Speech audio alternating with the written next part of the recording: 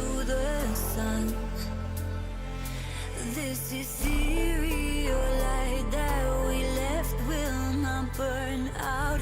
While to where we run, in the time that we had, it was worth it to know that this is not the end. It's just a part of the puzzle. The piece found its way to. This is not the end. It's just a split in the pathway of fate. Take a new trail.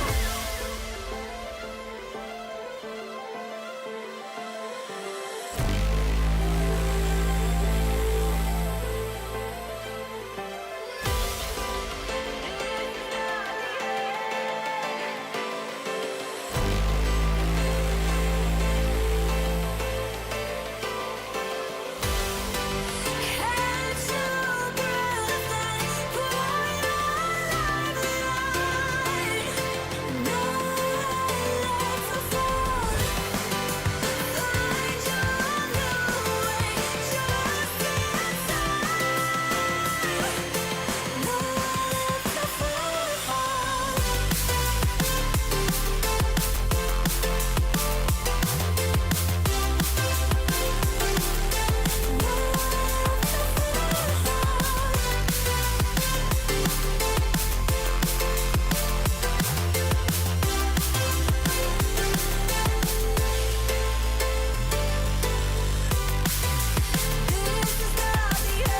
end. It's just a part of the puzzle. The piece found its way to. This is not the end. It's just a split in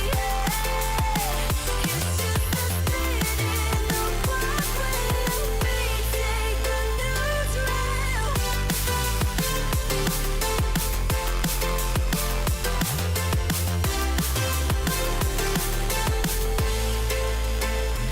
Couldn't see from your wildest heights, anticipating the fear that you thought you'd abandon, questioning ourselves. But the journey we take wasn't meant to be easy. This is not the end.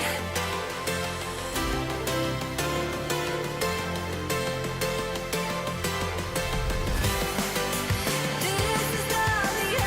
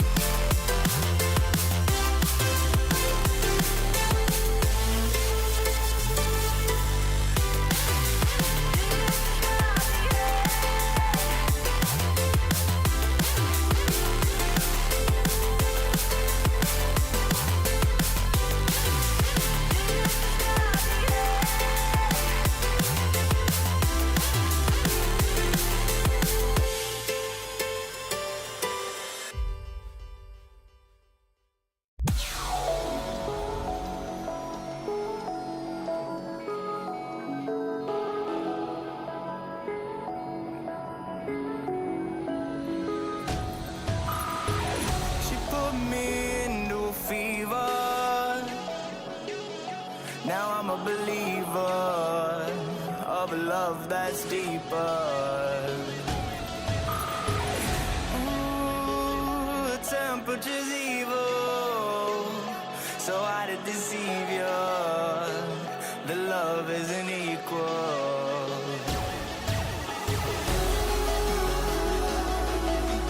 Take the key.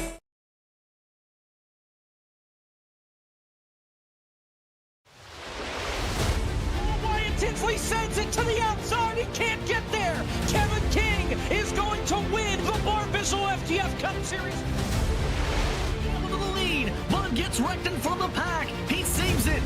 3-4 wide as they come to the white flag. Here comes Vargas. August out on the apron. They are 5 wide. Ian Plash will win it at the line. Is this package? Oh, there goes Jordan Lopez Jr. That's your race leader. Caution flag is out. Still no one willing to give up as they're going to be dead even off of the first chicane. Oh, he saves it. What's going to happen here? Here comes the canvas. Get your foot there. He's got it. He's got it. Get there. No. Canvas is in.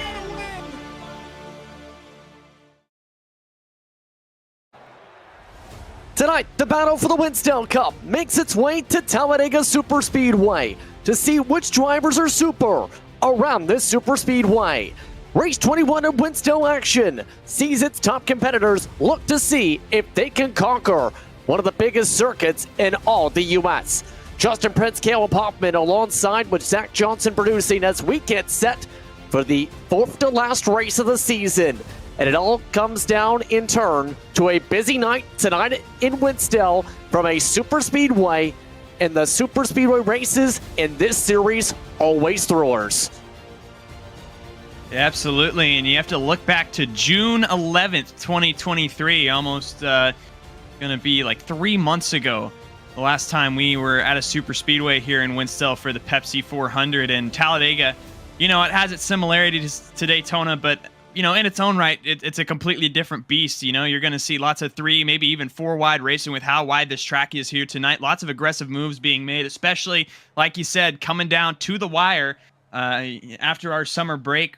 We've had some thrillers at Richmond, Dover, now here at Talladega tonight, going on to Kansas, Phoenix, and then Homestead, Miami to end out the year. In turn, it's time to head towards your starting grid for tonight's action, the Pirate Sports 500 here from Talladega. With his first pole of the season, it's the 24 for Hendrick Motorsports, Nick Doucette, and his Chevrolet Monte Carlo on the pole tonight. A fellow Hendrick Motorsports driver, Evan Luck, starts alongside on the front row. Alex Kovacs alongside Sean Pellig in row 2. Tyler Head, your points leader. He enters tonight with more than 200 points as advantage. He starts alongside the 80 of Aaron Smith II, Caleb. Yeah, looking on back to row 4, you're going to see Emily Howe in that number 15 looking to translate some DEI dominance after her win at Daytona earlier on this season. Brennan McGee starts to her outside in row number 4. Jonathan Hernandez in that number 83 going to be starting from the 9th position. Parker Alexander rounding out your top 10 in row number 5. Then you got Dylan Roberts in that Classic 8 machine with Gabriel Maruccio rounding out row number 6. He's rolling off from the 12th position. Keep an eye on Mauricio, 245 points back, entering tonight's second of the points. Austin Reedy has had a solid start to his time in WINSTEL. He starts alongside Philip Snipes. Olivia Hayward alongside a car that went upside down in the rearward edition of this race, Kyle Benson. Tom Murray is starting in row 9. Hayden Ripez, one of his best starting spots of the year, in row 9. And we look to the rest of your starting grid tonight. Of note, several super speedway aces towards the back. Christina Ryan, I expect her towards the front later on. Just in behind Christian Butt on the starting grid. Others also to keep in mind towards the back of the field. Ali Osman amongst those who showed some speed in the past few weeks. He'll be amongst the final 15 or so rows here tonight. So once again, flipping on through your starting grid as we get ready for tonight. Caleb, your keys to win here in WINSTEL tonight. Well, yeah, this isn't a 2003 version of Talladega. This is the Talladega that you know and love from the real-life side of things. And, you know, you're just going to be flat out here all night. Drafting is going to be so important, obviously, but also fuel strategy, keeping an eye on all of that. Just making sure you avoid trouble, as always, here at the Super Speedway is going to be as important. With that, we're all set to go racing. The green flag's out. We're racing in WINSTEL from Talladega.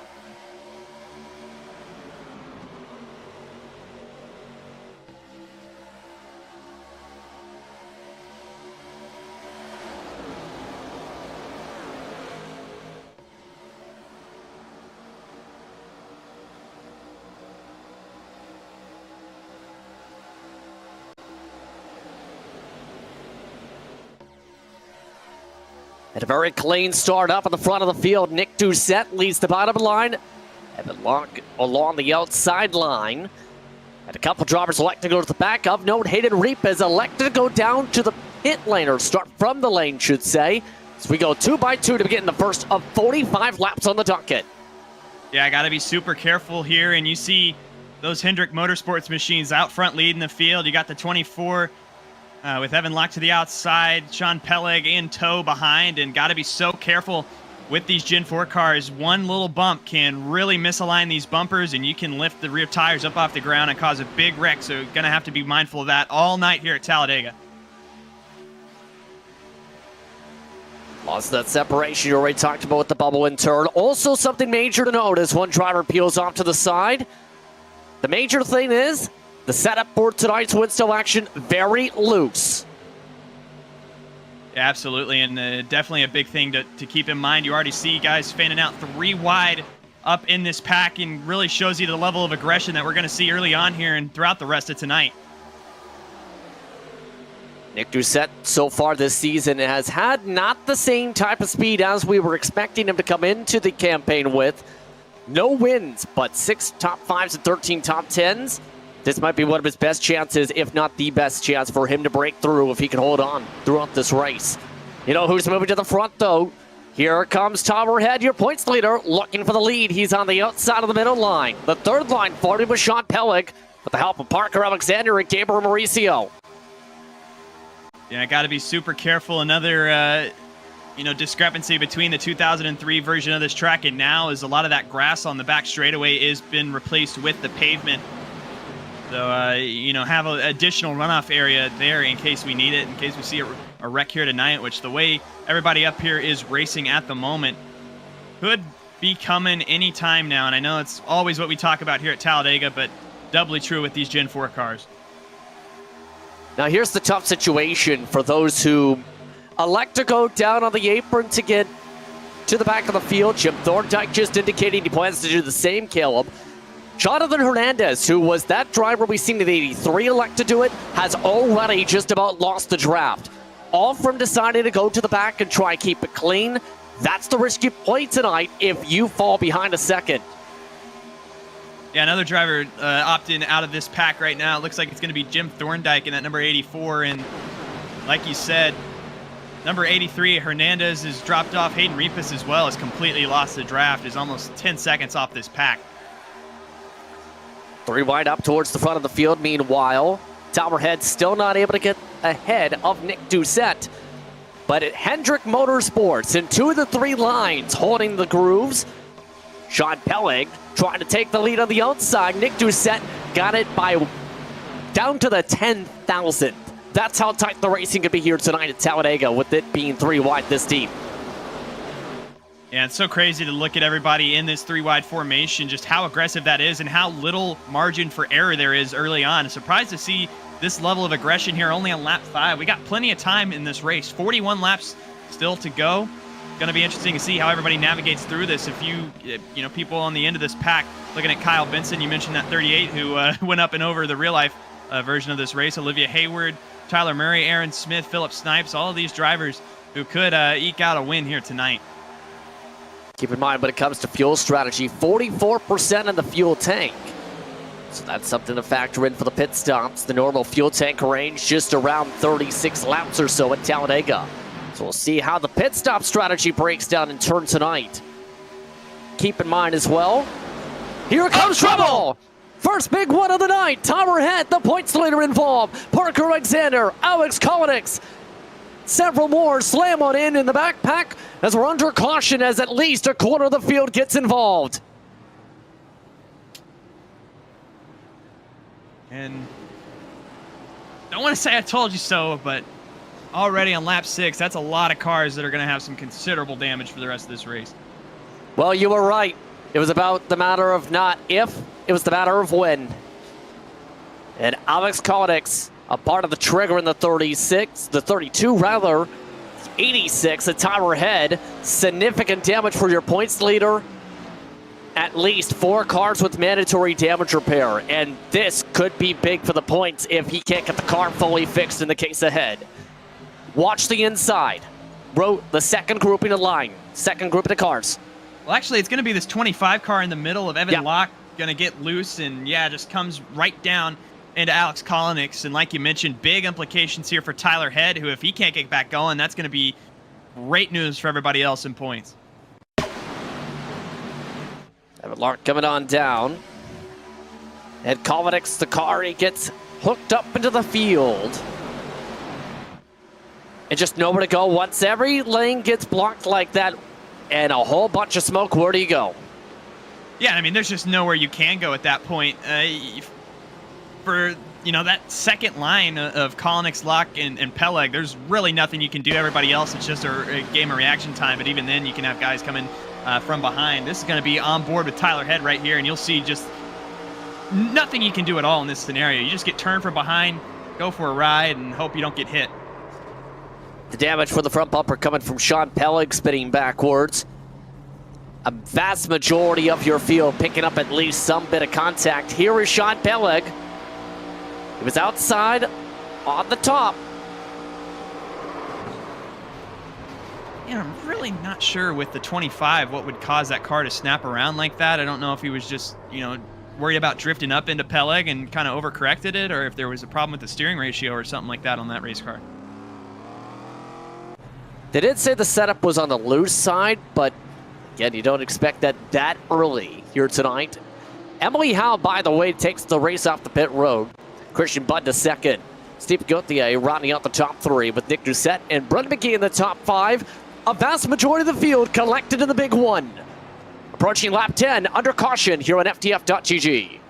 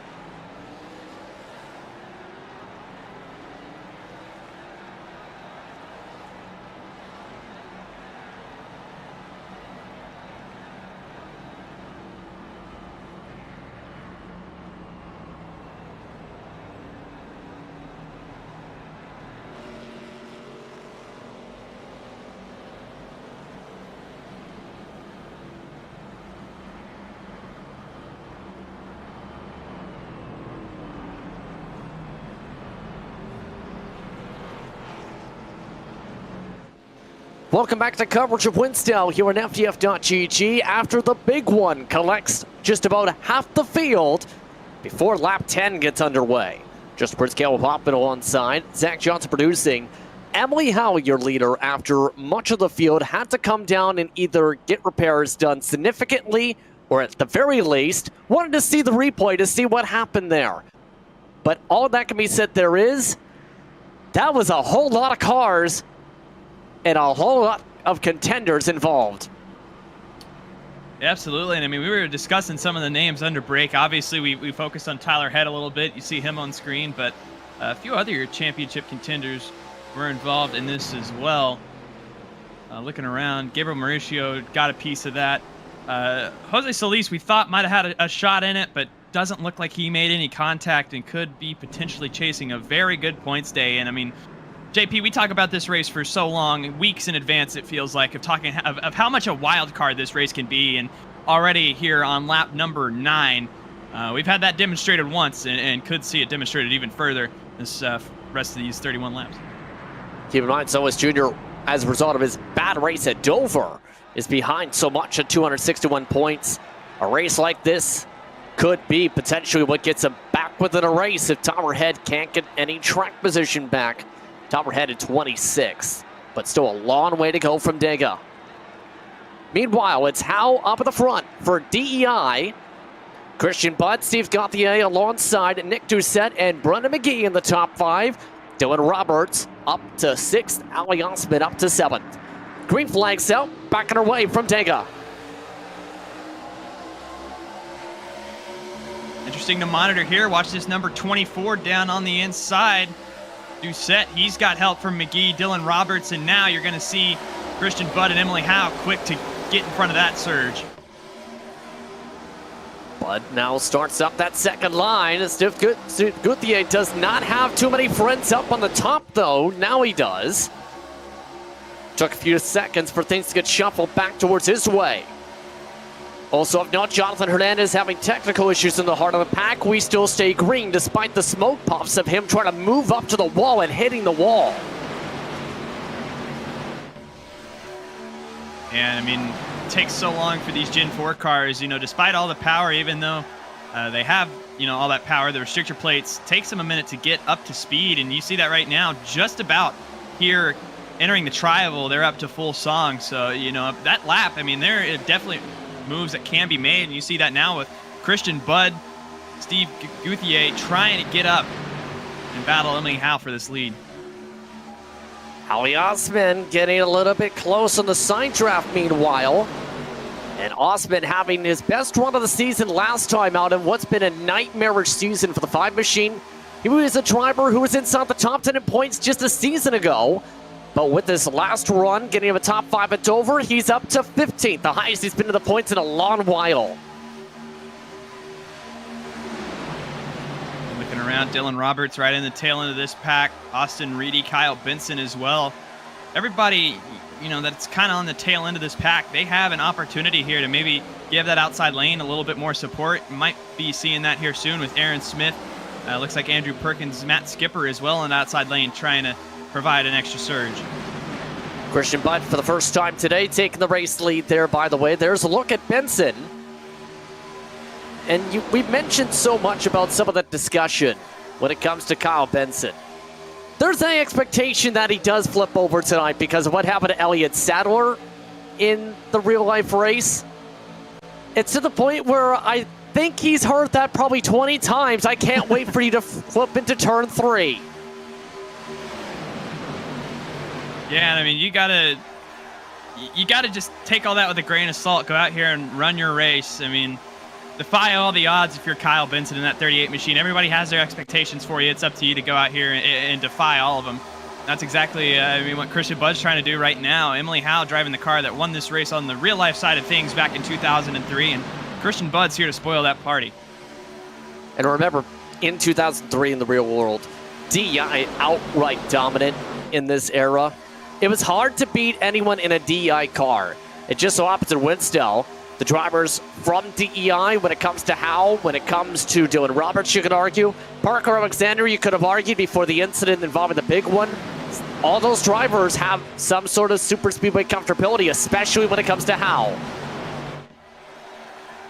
Absolutely. I mentioned before the show just a little bit, Emily Howe did go to victory lane at Daytona earlier this year, so she definitely has that super speedway experience and knows what she's doing for sure at the front of these things. Nicholas Doucette was trying to be all over the rear bumper there, but just wasn't enough. Gauthier with a great surge gets Budd out in front, but this quicker way around the racetrack on the inside is going to give Howe an advantage off turn number 2, it looks like.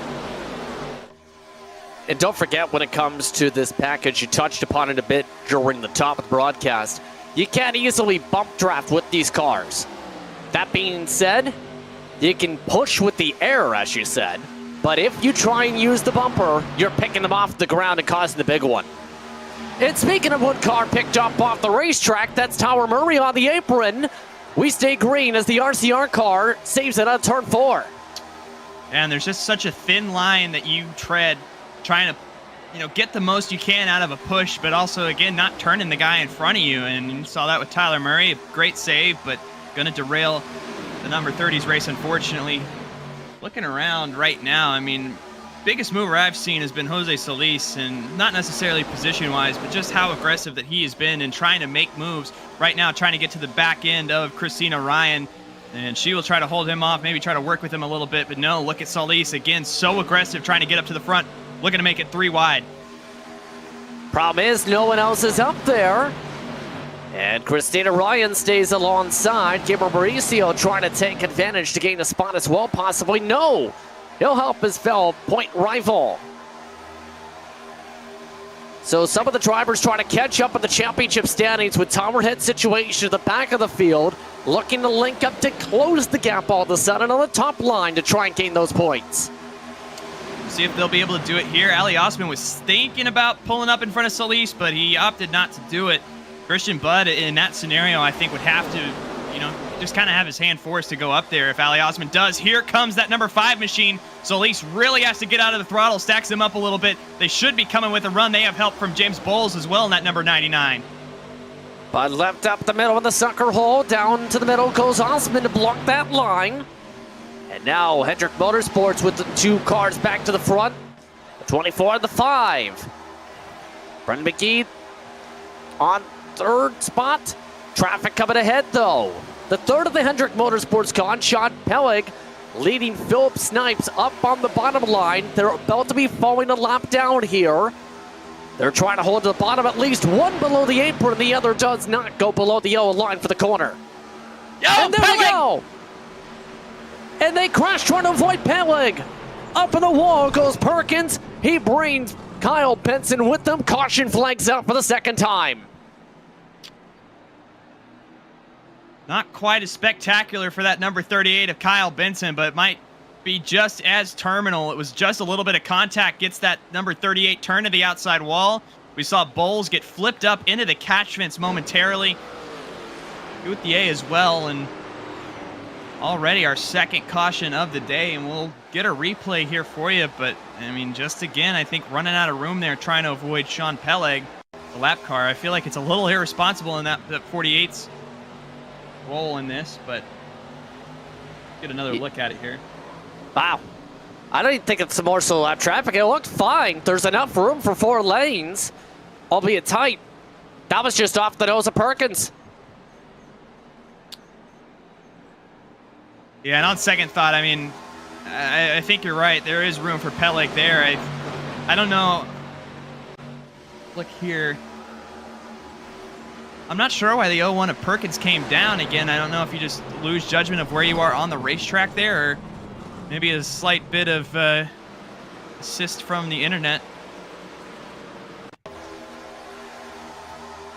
Let's take another look on board. This is from the 0-1. Was there error between the fender?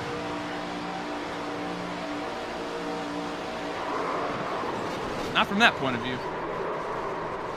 James Bowles definitely took some air up on the catch fence, you said, though, in the 99. And a really odd bounce here. I'm sure we'll get one more look at it here. I don't know, just really weird that car would pop off the wall like it did and send it airborne. Watch this 99 again. That 38 going to get turned right about here. Then that 99 again just gets squeezed into the wall and gets airborne. 04 machine of Olivia Hayward. She does a fantastic job getting out of that throttle. Makes just a slight bit of contact, but otherwise should be okay. So that puts us under caution once more. And like the first caution, everyone taking the chance to, at the minimum, top off. Emily Howe and Gabriel Mauricio first off the pit lane. A top off from Mauricio, tires for Emily Howe. 4 tires from Nick Doucette, Brendan McGee, and a majority of the others. Tyler Murray, despite nearly spinning the car, elected to take just the top off. He's up to 11th. So just like that, a few more cars involved in trouble here just before the halfway point. And scratch that for Murray. It's an EOL with a speeding penalty for the 30 car. So there goes that strategy call. Yeah, tough break for that number 30. And hearing this is what happened to Murray. Remember, this was during green and nearly caused problems just before that. Just about spun it in 3. That's just another case of a car getting loose here. And JP, you mentioned how loose this set was, but I didn't think it was going to be this prevalent. Again, a car just kind of snapping around a little bit. I don't know if it's just as a result of being in that draft carrying more speed than you thought, but just loses it. Thought it was a result of a bump there. And now keep in mind, on the apron, one driver tested this during the warm-ups. You could go about 167 miles an hour before the car really snaps. When you're going faster than that, that car does not like to stay below the yellow line. And it's going to be interesting here on this restart. Emily Howe, she's going to have an opportunity to try to hold the field off once again. I mean, these cautions have really just been falling in that number 15's lap, providing her with everything she needs. Gabriel Maruccio, again, with that little bit of a strategy call, not taking tires, but one of the luxuries here of Talladega, you know, it's definitely going to make an effect later on in the run, but I feel like right now it should be pretty level playing field. McClintock, Repez, and several others towards the mid-pack electing top off. And still might be interesting how the fuel strategy plays things out, because keep in mind, we talked about the fuel limits this evening, usually around the 336 lap range on a full tank with the Gen 4 car. Think about that math halfway. We're still about 7 laps or so from that estimated window per se. But eventually, we get to the point where cautions, precautions, you might see major fuel saving at the rate we're going here. And that's going to be something to monitor for sure if we kind of get stuck in that chain reaction of cautions. But still remains to be seen. With single file restarts, it's a little bit more difficult. And I think as well, you know, we mentioned on that last restart how long it really took for these cars to get up to full song. And that's going to be the case, you know, for every restart here tonight. And it might provide us with a little bit of a buffer zone to get to that point in the run where we're going 2, maybe even 3 wide at some points. So falling on board and grouping things together here. Howe, Mauricio, Nick Doucette, McGee, Osman, your top 5. Roberts, Bud, Solis Jr., Austin Reedy, and Christina Ryan, the top 10. And we point back to the 90 car, and Austin Reedy, again, another race in his debut season, another solid performance. 1 top 10 so far. It came last time out of Dover, mind you. He also did well at Sonoma during his first race in his WINSTEL career. Yeah, Reedy looking for a good run. Christina Ryan as well. I mean, looking through this top 15, there are a few drivers up in here. Andrew Perkins, we saw in that first caution, who is running just outside of that top 15 at the moment. Ali Osman as well. He's running up inside the top 5 right now. And that's, you know, the potential you have at Talladega is, you know, you can see some unfamiliar faces at points get up here and really contend for this win. 1 lap car catching up to the field. That's the 97 of Philip Snipes. So at least 1 lap car to deal with. This could play into the restart games a bit because the green flag's out.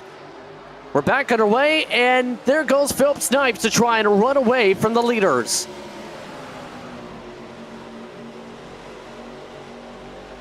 Going to be interesting here. You see Ali Osman looking to try to maybe use that 97 for a little bit of draft. Really playing a close game right there. It was easy to hook the 97. Osman avoids disaster.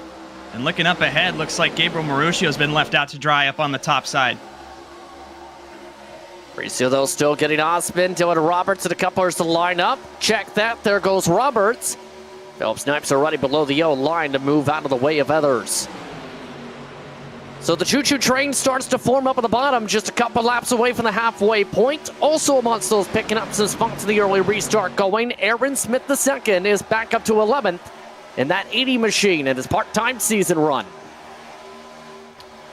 Ali Osman here, I don't know, playing dangerous games, trying to block both lines, especially in the corners. Very easily you can wreck yourself that way. Big move in front of the Dylan Roberts in the 8 machine. You'll see now goes back down in front of Christian Budd, trying to really play Pied Piper, I guess you could say, of both of these lines right now. Just very, very dangerous when you're in the midst of a pack like that number 5 machine. Now Christian Budd going to get to his inside. He's going to be stuck on that outside lane supporting Gabriel Maruccio with help from Dylan Roberts, Solis, and Christina Ryan behind. They all form things up amongst the lines. You know who's found their way up on that top line, though? Check out who's at the back of it. The car is just about fixed, if fully, for Tyler Head. He is back up in front. Last caution, he was very crumpled up. Thanks to the new damage model and the hard work of the iRacing pit crews, a minute and 21 seconds was enough to turn into practically a brand new car. Yeah, that number 86 looks great. Can't see any visible damage on it, which is a miracle from where it was just a few laps ago. And like you mentioned, on the tail end of this pack, might have himself a good points day after all if he can just keep it clean. But that's a big if with 23 laps to go here at Talladega.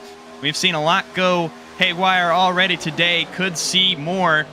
Still trying to just get inside of this top 10 at the moment is Tyler Head, right on the tail end of Christina Ryan in that Kodak machine. Parker Alexander, you throw in that same mix, by the way, of repairs, albeit Alexander still has back bumper damage, as Tyler Head elects to drop to the back, at least for now, as things settle in. Just at the halfway point, Mauricio with the advantage now over Hal. Osman really getting hard on the pushes to the point where he's nearly ripping the bumper off that 40. And you can see... we lost it. Osman is just about snapping in the corners, Caleb. Yeah, and again, you got to be so careful doing that, especially with how loose his setup is. I mean, I don't know what has to happen for this number 5 machine if you got to go down the pit road next caution and, you know, tinker with that steering ratio or what, but you cannot be dodging and weaving this much inside of the draft. That will not only, you know, hurt your chances, but it'll defer other people from working with you if you can't hold a line in the corners like that. Dylan Roberts and Jose Solis right now definitely sitting right behind that number 5 machine, taking notes of who to work with later on here tonight. Keep in mind, Mauricio and Hal are the only drivers who did not take tires inside the top 15 on the restart. That main pack all on freshies, third on back. So now those two on the older tires working on the bottom of the racetrack. Hal getting loose. Osman bounces off of Hal. They all hold on to it for the time being, though. TJ Crampton trying to drop to the back of the pack and turn. Big run from this outside lane here. Dylan Roberts all over the back bumper. This number 5 machine is close to bump drafting really as you can get, but got to be careful. Look how much the 5 is washing up. Dylan Roberts, he won't take that. If he's, you know, in a position to get down to that inside lane and lead the surge of this outside lane, then I feel like that number 8 car is going to take it, especially with laps ticking down here at Talladega. They roared through the tri-oval. Ali Osman still trying to take the lead from Mauricio, just not quite going to do it. Maybe actually got it at the line there.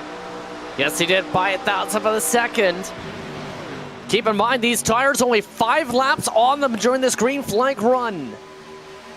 Right here off corner exits have been the major snapping point. Osman stable that time. They stay 2 by 2, multiple rows deep. Tyler Head, Aaron Smith II, Austin Reedy starting to back up a touch. Also hearing troubles involving the second grouping. We stay green, though. Jim Thorndike has lost several seconds. Those drivers in the 20s keep it green, though, half a track back. That's why there's smoke puffs down the front straightaway.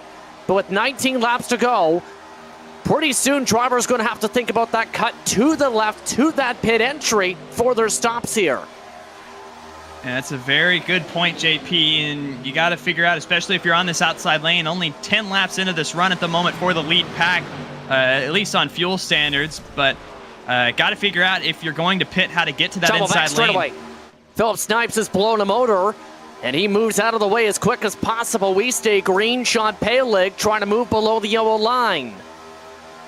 On the bright side, that didn't happen with the pack right behind him. And again, playing with fire there in terms of the circumstances. Great job by both of those cars to get down on the apron and let these leaders race it out. You were saying, though, pardon me there. Oh, just looking, I mean, Gabriel Mauricio, Ali Osman, Dylan Roberts, Jose Solis, Christina Ryan, everybody in this upper groove is really going to have to figure out how to negotiate pit entry here if green flag pit stops come upon us. It's just an interesting act. At Talladega, especially if you have cars on the inside that are blocking you from that pit lane, can make it, you know, next to impossible to get onto that pit road.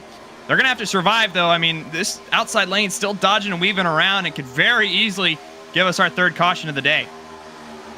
Already lots of comments over the radio with how tight it's getting from that line.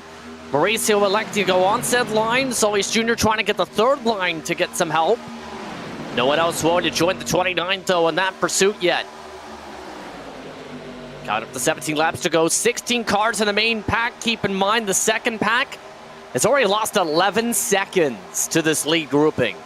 Matt Skipper, the first of those drivers, followed by Jeffrey McClintock. A very technical issue-filled Jonathan Hernandez. Those drivers need a lot to happen if they want to get to this pack you see on screen. And looking around, I mean, very quietly, I've been monitoring this 4-car, Christina Ryan. She has been on a charge to get up. Just got by Dylan Roberts, and Jose Solis has moved into third in line right behind Ali Osman, that number 5 Kellogg's machine. She's been holding a fantastic line, and again, I think if you're the number 8 or the 29, you are keeping note of that for later on in this race on people you might want to work with later on. There, Bobo from the 5. But Christina Ryan, keep in mind, also a solid super speedway experience, also some NASCAR experience in the college series. So keep an eye on how that plays out from Christina Ryan. As now, here comes the third line again. Dylan Roberts looked to potentially want to form it up for a split second. Solis Jr. forced to go back to the second line. Now he goes back to the third line on the check. So difficult to figure out what you want to do here, especially this late in the run. You mentioned drivers talking about how tight this setup was getting, and I mean, as you get in the run, as that right front especially, you'll just dig into the racetrack in the middle of these corners, you'll really start to wear it out. Actually going to have to get out of the throttle on entry here and just let that draft carry you around this racetrack, and it's really part of why, you know, following that energy here at super speedways is so important, to let that carry you around the racetrack, so that way you can not only preserve your fuel but your tires as well. 2-car Tango now in the third line, by the way. More lap traffic coming up. Kyle Benson's already moved to the apron. Should be no problem as Benson moves as low as possible. Outside of that, looking like the tires have just about stabilized outside of that 5. Third car is joining that top line. Andrew Perkins, who was involved in the second car to the race, is already getting himself potentially some chances to work with these two up on top you see here. And again, the 8 and 29 being all the way up here tells me that they are not at all thinking about pit stops right now. Again, they're just trying to figure each other out and gauge where they stand as drafting partners to try to learn, you know, come 15 laps from now. Got another DEI car coming in the middle here. Parker Alexander trying to get to the back end of that number 4 machine. Going to be to the inside of his DEI teammate, Dylan Roberts, for right now, but more help to monitor. He's one of the very few with damage who's been able to maintain this lead pack, keep in mind. We talked about the repairs done during the caution flag for Tyler Head. Not able to get it fully fixed to that point. He was amongst those on the outside of the front rows right at the time of the first big one of the night. He's also someone with experience because of stuff like, well, bottom split. He's had that connection for about 6-7 years now, give or take. More lap traffic here that this pack is coming across right now. You see multiple cars on that inside lane. Looks like they should be able to get through without issue. Lilac Zier was down on the inside now trying to get by Jim Thorndike, who went on a little bit of a ride a few laps ago. You mentioned didn't bring out a caution, but did get spun down to the apron as a single car spin on the backstretch earlier. Zipping around, coming up to 12 laps to go already. No one's lost this lead group throughout this run amongst this top 16. Eventually, though, somebody has to make the move, and it's pretty difficult with this car, you can argue. But it's not impossible. How do you set this up at this point if you're amongst this middle of the group compared to those up in the front who have the big advantage here? Yeah, if you're not Gabriel Maruccio or Emily Howe right now, this has got to be one of the most frustrating experiences of your life. These Gen 4 cars, they have a tendency, especially on super speedways that are so smooth. Hold on, we got to get past Sean Pelleg here. Oh. This is going to be a close call, man. That got very close. We stay green. And the lead pack gets through unscathed. Now, when you take the lap car of that equation you're just starting to formulate, what is the proper equation to take the lead? Yeah, and again, these Gen 4 cars are going to have a tendency to get gridlocked here. You're going to have to be willing to either hope somebody goes with you on a third lane and try to get your momentum up and try to pass on the outside. I doubt fuel strategy is really going to come into play at the end of this race here. I'd say if you're someone like a Christina Ryan, you're going to make a move eventually to that outside. Hope Parker Alexander, Dylan Roberts, Sean Pellig, who have already been tempted in that outside lane already, go with you. Could also hope, maybe a wreck, just plays your way here in the closing laps. And again, that's not out of the equation whatsoever with just how dicey everybody's been. You see Parker Alexander bailing on that outside lane to go down to the bottom. It's going to leave a hole that's going to be quickly filled by Dylan Roberts and Jose Solis. See Christina Ryan, she is backing up big time here. Gotta wonder if this is potentially a move to get past the number 40 and the 5. Coming up to 10 laps to go this time by here in WINSTEL action. Howe looking for another super speedway win. Nick Doucette working behind her. Gabriel Mauricio looking to pick up a victory for his pursuit of the championship points lead. Looking for his first. Pit party being signaled next time by. Coming to 9 laps to go. Expect the leaders to come in. Most of the field has indicated they have to pit this time. And again, how do you negotiate this if you're on the outside lane? Most everybody on that inside, again, has indicated that they are coming in, but Gabriel Mauricio still is going to have to find a spot to get in to that commitment line. Christina Ryan, Dylan Roberts, Solis, Perkins as well. This is going to be interesting coming off at turn number 4 as they all enter turn number 3 now. Who's going to be able to get to the bottom unscathed? Lots of negotiating as just about everyone needs to come down this time. There they go. Ascend for Mauricio, 3 wide into the pit lane for the lead. Solis Jr. and Andrew Perkins able to extend it. Multiple lockdown tires. Did anyone pick up a speeding penalty? Is the big question. At least a couple fenders rubbed. Ali Osman! He's in a timer head and he gets spun around by his second car. And you can't do that here on a green flag pit cycle. You are going to get cycled out. And Ali Osman, after coming in second on that outside lane, is going to have a lot of work to do. Looking around, should just be gas and goes for everybody. Emily Howe off. Will Doucette beat her? Doesn't look like there were any speeding penalties as Emily Howe gets it better on the launch. Mauricio zips by for second. Nick Doucette the third on the race off the pit road. Only 2 drivers for the main pack yet to come down. They're coming in now. Solis Jr. and Andrew Perkins. They have the advantage of a clean pit road. Can they avoid speeding? Solis Jr. avoids crashing, but Perkins is in the grass. And there's been a definite rift formed between these 2 packs right now. From Christian Budd back to Christina Ryan. This second pack of sorts definitely has lots of work to do. TJ Crampton, Dylan Roberts, Tyler Head with damage from Ali Osman there. Alex Bates, Aaron Smith, everybody that had to get out of the throttle reacting to that wreck is definitely going to have some work to do to get back up to this lead pack. All those drivers planning to top off on the radio this time by. So this going to close out the pit window. Keep in mind the battle for the race win amongst the lead pack. Those drivers are in turns 1 and 2. Solis Jr. has had a clean exit. Not so much for Andrew Perkins. He took tires. Solis Jr. did not. And Solis Jr. might have a chance to hold on to the lead, if not be in the heart of the pack. Austin Reedy looks for the lead as he zips by the 29. Emily Howe leads the bottom line.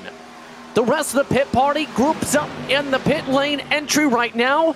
Only 1 driver yet to pin to the field, Olivia Hayward in the 04 car. Coming around, 7 laps to go. And Solis going to have to be very careful here to try to get in that wake. Looks like he'll be able to catch it just a little bit. And now Christina Ryan and the rest of this pack has gotten to the lead pack. Parker Alexander going to make a block on Ryan here, and all of a sudden it goes from a 6-car race to it's going to be about a 10-car race for the lead here in the final 7 laps at Talladega. Like you mentioned, Olivia Hayward still yet to come down, but a sitting duck in the middle of turn 4 right now. Already involved a couple incidents. Expected the 04 to come down this time. She is. So this is now for the overall win on screen. Coming to 6 laps to go. Austin Reedy at the ready to try and find his way up to the point. He's looking for his first career win in just a 6 WINSTEL start. Gets the help down for McGee. Parker Alexander tries to get the third line going. Coming to the start and finish line. No help. And again, just too early. Christina Ryan opts to take his place in the middle. Parker Alexander going to have to figure out something. Christina Ryan, she's now behind that number 17, a Christian Budd. Coming up on lap traffic here. These are not like your Gen 6 or your next gen plate packages. You know, these runs are going to take time to formulate, time to develop, and you're going to have to think that through here in the next 5 laps. There, you know, you're not going to be able to pull out on the final lap, get a huge run, and pass everybody here. Big drift up from several on the outside line. Coming up to 5 laps to go. Mauricio moves up to second. Who has the chance to build up the run? McGee trying to give a push over to Reedy. A slide for the bottom line. Austin Reedy looks for the leady as he makes his way to the point and leads the lap. Was waiting for that one, JP, but look at Howe still trying to hold strong on the inside. She's got Mauricio behind her. Nicholas Doucette, Dylan Roberts in line as well. Now everybody going to try to get around Austin Reedy here. Brennan McGee, Christian Budd, now Christina Ryan going to move to that very top, trying to avoid lap traffic, and Sean Peleg. Jose Solis as well up to this top lane. There is not enough room here. Contact between Doucette and Mauricio. Able to hold on to it for now as McGee slams the door in the corner. Reedy, the rookie, left out to dry. Budd working with Ryan along with Solis Jr. up top side. Coming up 4 to go. McGee in the 9 car looking for the shove ahead. He looks for his first one of the season. And Emily Howe, she's been so dominant tonight. I just don't think the energy is on that inside lane right now. And you can tell by now Dylan Roberts and TJ Crampton looking like they're going to evacuate from this inside line as well, leaving almost no help down on the inside. This middle lane has all of the momentum right now, but Budd and Christina Ryan, Jose Solis trying to change that on the outside. Small checkup starting for him in the middle line. Coming up to 3 laps to go. Coming up to the point of no return as well. Any caution from 3 laps to go onward likely to trigger overtime in WINSTEL. A little bit further back, the distance is the bottom. Budd starting to gather that outside line up though. Can anyone make one last charge with 3 laps to go? Middle lane just has too much help right now. I think if you're Christian Budd, Christina Ryan, Jose Solis, you're going to have to start trying to utilize that side draft and get really tight on that middle line. Not quite sure they're going to be able to do it, though. I mean, all of a sudden, Emily Howe has that position down on the inside, but it looks like Brennan McGee, Nicholas Doucette might have had this thing figured out. That bottom line starting to lose a lot of energy in turn. McGee has never won at the WINSTEL Gen 4 Challenge. He now gets Emily Howe back alongside. Side by side for the lead as the Napa Chevy looks for the point once more. Coming to 2 laps to go. Gonna be 3 wide for the lead. Emily Howe looks like she might barely have a shot. No, it's gonna be Brennan McGee with that momentum. Here comes Christian Budd with help from Ryan on the outside. 2 laps to go at Talladega, and they are 3 wide deep throughout this lead pack. 4 rows forming up. All 11 drivers amongst the 3 wide.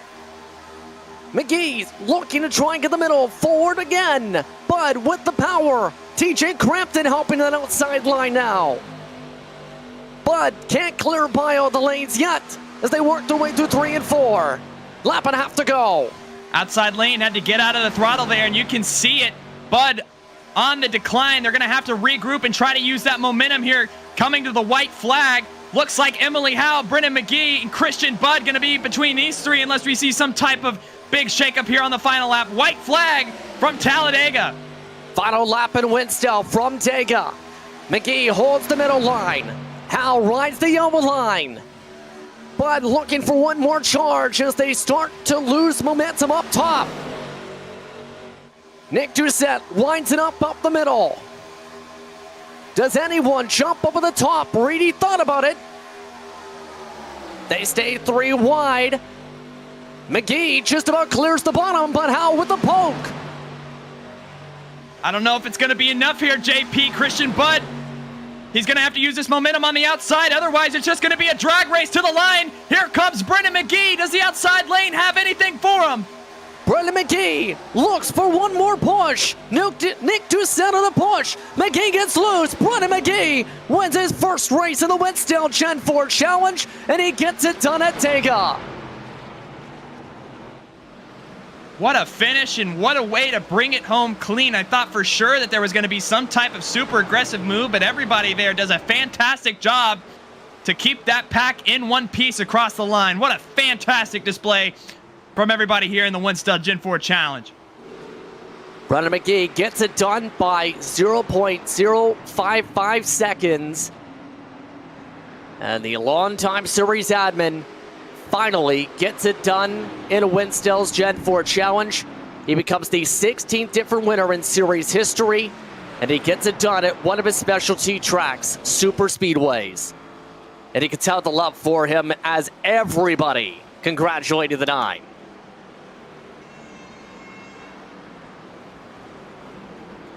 And the amount of work that the WINSTEL admin crew puts in for these races week to week is immense. A lot of admiration for McGee as one of the main groupings there. Are hearing that the second pack of drivers fell 15th on back, did have a big one in the months themselves, but in the end, 22 cars finish on the lead lap to end the night, Caleb. Yeah, and again, what a fantastic job here. And Brendan McGee, again, had that middle line figured out. Really a best of both worlds type of scenario. And again, just fantastic job to not only straddle that inside line, but, you know, keep that outside lane from getting all that momentum coming to the finish, and just using the number 24, all that momentum in the middle lane. And great job by Brendan McGee. First career win here in the WINSTEL Gen 4 Challenge. He burns it on down here tonight from Talladega. And as the car disappears, let's take a look at the unofficial race results for tonight's action here in WINSTEL. Brendan McGee, it took a lot of work to get here, but with 5 laps led, the 9 car for Abraham Motorsports gets his first career Gen 4 Challenge victory and does so over Emily Howe. Nick Doucette worked hard to help McGee get his first career victory in the series, with Christian Budd trying to get the outside line working. He gets to 4th. Gabriel Mauricio rounds out the top 5 in a dead even finish with Austin Reedy. The 10-1000 tiebreaker goes to the 40. Christina Ryan finished off in 7th with TJ Crampton, one of his best runs of the season, in 8th. Dylan Roberts finishes off in 9th. And Jose Solis Jr. bounces back from a rough Dover with a 10th place run tonight, just 2/10 off the checkered flag.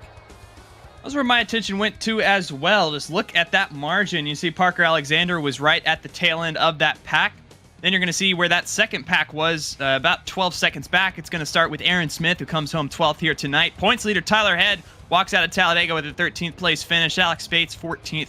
Matt Skipper in 15th. A few of these drivers were involved in that aforementioned wreck in the second pack coming to the line. Jeffrey McClintock, Hayden Repas in the 17th position. Olivia Hayward in 18th. Andrew Perkins in the 19th spot.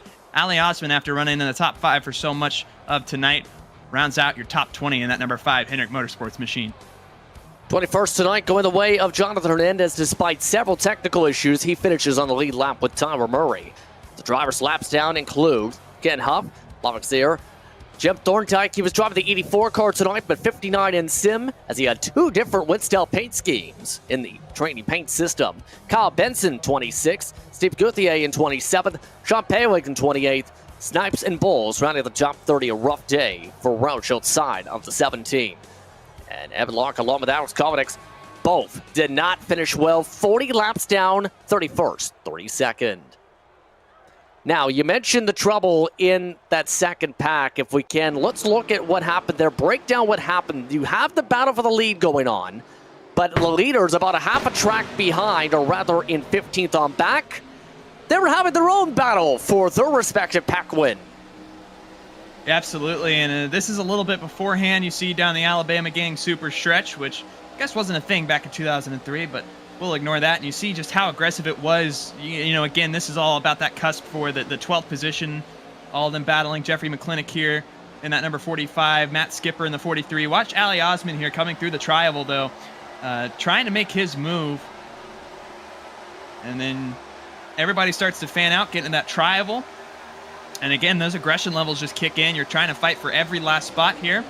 Going to be a little bit of contact. That number 83, they go up into the wall, and then this second pack as well, they start wrecking across the line as well. The 01 of Andrew Perkins almost gets up and over there, a few wheels off the ground, and everybody else. Matt Skipper, you see there. Jeffrey McClintock as well, finished the race up in the wall, coming across the line here at Talladega. So two of the Petty Enterprises cars with significant damage at the end there, but at the end, it was Brennan McGee who picked up career win 1 in the WINSTEL Gen 4 Challenge, and a 6-year WINSTEL Cup winless streak is over. Brennan, you get a ton of Talladega. How does it feel to break through in the Gen 4 Challenge tonight? Finally. I'm so happy to break a 6-year winless streak for the WINSTEL Cup stuff. I know I won the EA Howe race here last year, the Gen 6, but it feels so good to win in the actual series. We had a couple early wrecks, but I managed to avoid them somehow. And then we ran a really clean race up there at the end with the 17 or 18 cars that weren't completely totaled. We had a good race up there. It was quite competitive, and I just got to thank Nick for the push, and I'm just very happy to finally cross the finish line first for a change. Was about to say, what was that pressure like in the car, knowing how difficult it was to hold off 11 cars, 3 wide amongst that entire field? It looked busy up at the front. So with this draft model, because obviously they're different on the Gen 6, Gen 7 since they have the new draft model, but with this one, I find you're better off staying in that middle lane, because then you get some of the side draft, which does the reverse on this car. It speeds you up instead of slows you down. You kind of get it from both lanes, and I find the middle line is usually the lane to be in. So that's the one I ran at Daytona back for the 500, and I led the most laps that race. And then when I got there at the end of this race, I'm like, I'm going to stay in the middle. Nick's a really good pusher. I knew that Bud had a very good pusher behind him with Christina. And then Gabe was pushing Emily, who is also a very good pusher. So we had a lot of good drivers up front giving the pushes and whatnot. It was just a matter of the timing and who got the run coming up off turn 4. Thankfully, it was me. Well, you mentioned a 6-year winless streak in WINSTEL Cup competition. What's that pressure kind of like with how long it takes or has taken to get to the point where you're back in a victory lane in WINSTEL's top series? It feels great. I know when it comes to victory lane, super speedways, I'm legitimately decent at them. The other tracks, yeah, I can get a top 10 here and there, but when it comes to plate racing, that's my zone. I know people say plate racing doesn't take talent, but every time there's a WINSTEL plate race, there's the same 10 people that are always in competition to win the races, regardless of the new draft model, the old draft model. It's always those same people that are comfortable at the plate tracks that get up front and are able to stay there. So even though, like I said, plate races are where I can win. So I only get those 2 or 3 times a year, so I got to make do, and it finally worked. Well, Brennan, congratulations on the victory tonight. On top of everything, you're now the 16th winner in the history of the Gen 4 Challenge. Finally break through in a series. You're a big part of. Congratulations, Brennan. Thank you, guys, and thank you for being here. It's hard to believe we're almost at the end of the season already. We only have Kansas and Phoenix and Homestead to go, and then it's another year, and then it's 2004. Once again, Brennan McGee, the winner tonight. Second place tonight, it goes to Emily Howe. She's with Caleb. Yeah, and Emily, it felt like for a lot of this race that you had it figured out. You know, at times felt dominant on the inside lane. Do you think, it was a track change or kind of just how the pack kind of formulated there at the end that cost you that one? I think it's just the fact that, some of the strongest cars there in the end were in the middle, and Gabe was having trouble getting to my rear bumper. He was a little bit loose down there. And so it's kind of let that outside or middle line flourish. And we ended up kind of, throughout the green flag cycle, we didn't take any tires there. So the car had kind of lost that kind of snappiness to it. And so it was a lot easier to kind of get that drive to the middle and really get those big runs and kind of get that big 3x3 pack going versus earlier in the race. Yeah, and then, coming into tonight, you had just broken into the top 10 in standings. Obviously, a second place is going to help a lot with that. What are your thoughts going into the final, 3 races of the season here after Talladega? Really, it's just, try to continue to get those points and, get as high up in the points as I can, try to get, 8th, 7th, something like that, to wrap up the season, and, really just have fun these last couple of races. It's been really strong the past month or so, getting a lot of top 5s and getting close to wins, and both here and Richmond. So just hope to finish out the good momentum and have some more fun to finish out the season. Well, she's been on a hot streak as of late. Emily, you come home with a second place finish. Congratulations, and thank you for taking the time to speak with us here on FTF.GG. Thank you. Have a good night. That is your second place finisher. And as well, we took time to talk with our third place finisher here tonight in Nicholas Doucette. And Nick, did you feel gridlock there at the end? Or, did you think you had, after those pit stops that you had a shot at trying to get by not only Emily, but Brennan there for the win as well?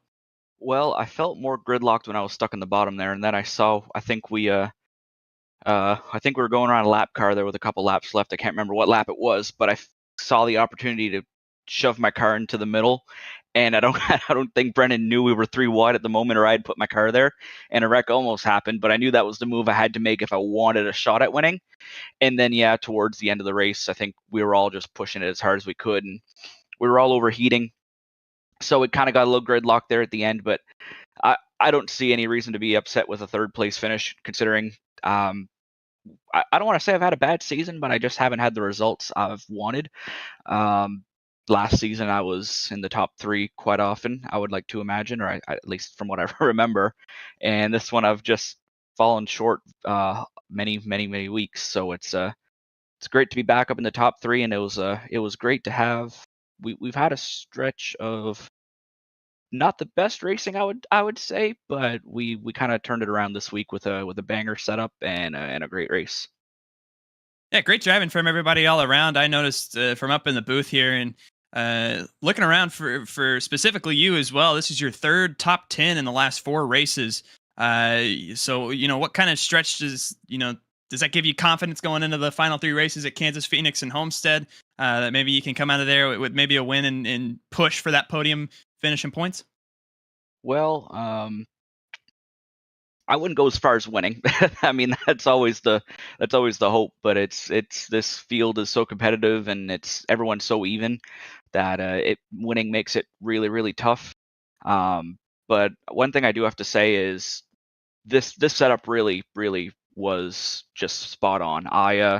Earlier in the week when we started testing the setup, I think I was one of the ones who was the most vocal about not liking the idea of running a loose setup for this week, especially considering the past couple of races where we've had a lot of cautions. And I really didn't think that running a very loose setup on a plate track was the smartest idea, but it really proved to put on a great show, and it was really hard to drive. And for the most part, I think we all did a great job on not wrecking, I guess. And I mean, we had a couple of cautions, but that's just a part of plate racing. And no, it was overall just a great show, and I'm looking forward to the next however many weeks we have left. Coming up on the final few races of the season, and Nick, you come out of here with a podium finish. Hey, congratulations, and thank you for taking the time to speak with us. Thank you. That is your third place finisher in Nicholas Doucette. And wrapping things up here in the 2003 EA Sports 500 from Talladega. Overall, just a fantastic race and a great display of the driving ability coming to the finish there. Again, just so incredible that we were able to get those final 5-10 laps all in that 3-wide pack without any sort of wreck, and just lots of hard racing coming to the finish. Once again, congratulations to your winner here tonight. Looking around, Brendan McGee, again, his first career WINSTEL Gen 4 Challenge victory. Do want to take a quick second to highlight some upcoming events here on FTF.GG. We'll be back on Thursday night with the eNASCAR qualifying iRacing series finale from Homestead with the Craftsman trucks. Going to be a fun one. And then next Sunday, FTF Cup Series action returns from this very racetrack at Talladega. Gonna be lots of fun for sure, and we hope to see everybody there. Thank you, everybody, for spending your Sunday nights with us here at WINSTEL at FTF.GG. For Justin Prince, myself, and Zach Johnson in the production trailer, we hope you have a fantastic rest of your night. Congratulations once again to Brennan McGee on winning the 2003 EA Sports 500.